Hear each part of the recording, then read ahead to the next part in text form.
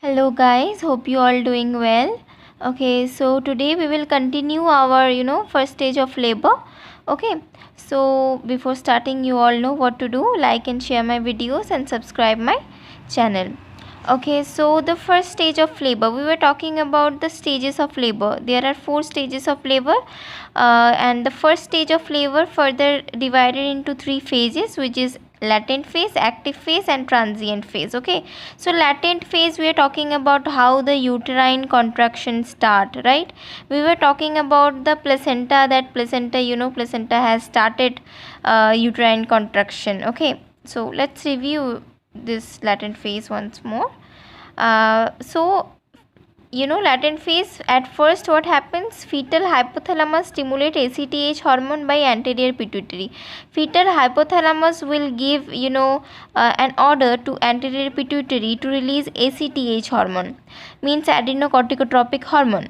Now ACTH hormone will go to adrenal gland of fetus, means the adrenal gland which sits just upper just upper portion of the kidney. It sits in the top of the kidney basically, right?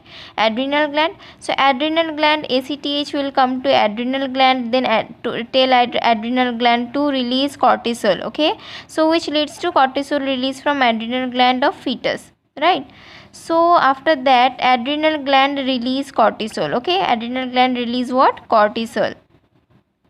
Yeah, then cortisol will stimulate placenta. Okay, cortisol will go to placenta and stimulate placenta and tell placenta to release prostaglandin, estrogen and decrease progesterone.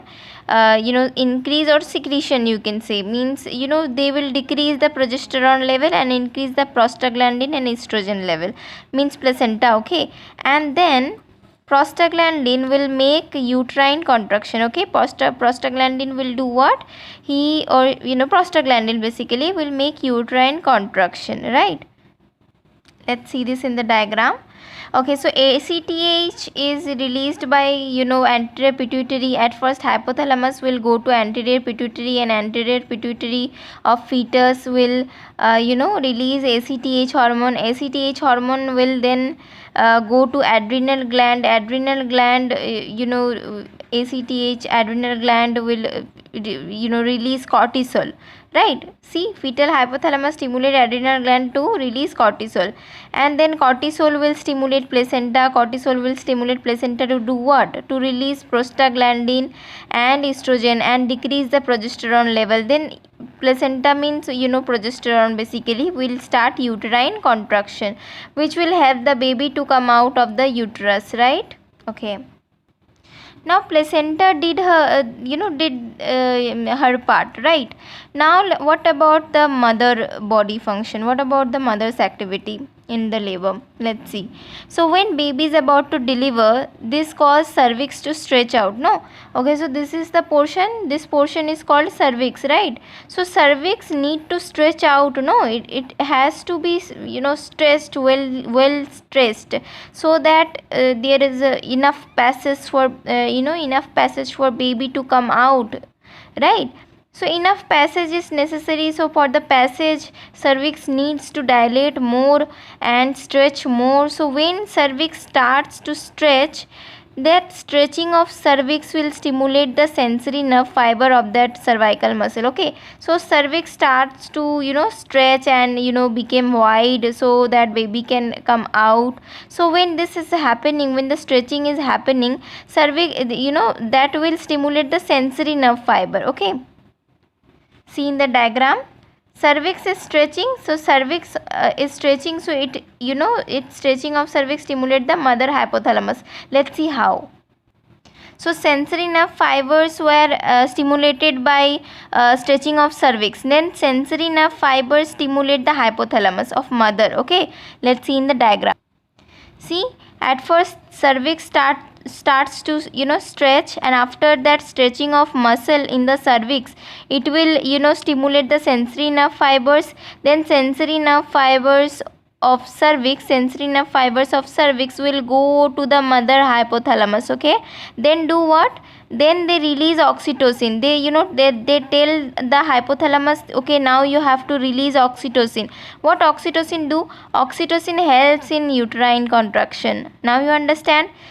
When the baby is about to deliver, they need passage here, so cervix starts to stretch and give passage to the baby. When cervix starts stretching, it stimulates the sensory nerve fibers. Then sensory nerve fibers will go to the mother's hypothalamus, tell the mother's hypothalamus to release oxytocin. Then oxytocin released and come here on the uterus, and then they start uterine contraction.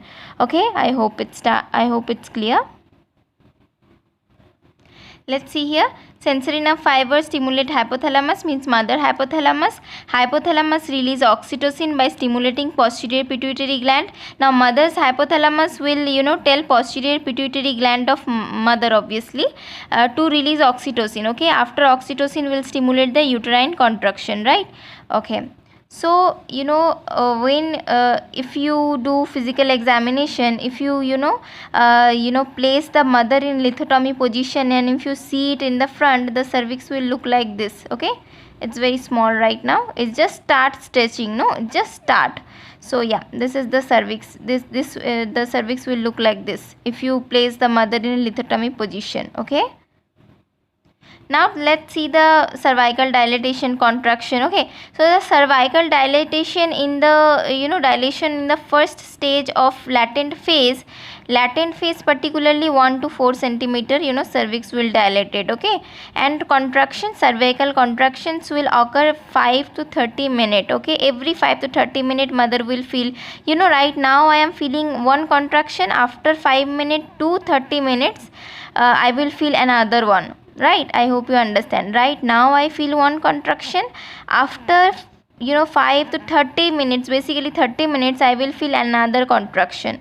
Okay, so yeah, and the length of the contraction, of each contraction, I will feel for 30 to 45 seconds. Okay, it's very mild and less intense. And the duration for primigravida means the mother who is getting pregnant for the first time is going to be 20 hours or more than 20 hours in some cases. And multipara, who is having who is getting pregnant after 2 or 3 times, so for 2 or 3 times, for her the duration will be 10 to 12 hours or 6 to 8 hours in some books. You just refer your book. Okay, I am just telling you 10 to 12 hours for multipara, and for primigravida it's 20 hours or more than 20 hours. Okay, yeah. Now let's talk about the active phase, which is the second phase of first stage. Active phase, what happened? The cervix will dilate more. Okay, the cervix will dilate more to give the baby more passage. Okay, so cervical dilatation on the active phase will be 4 to 7 centimeter. Contraction will be every 3 to 5 minutes. Okay, there on latent phase we were having contractions to 5 to 30 minutes. 30 minutes, here only 3 to 5 minutes. Long contractions and very strong contractions. Duration for primigravida is for 5 hours. In some books there are 4 to 8 hours, and for multipara it's 2 hours. And the cervix will look like this if you place the mother in lithotomy position. See, the cervix is dilated a bit more. Okay, so yeah, if you have any doubt, let me know. Thank you.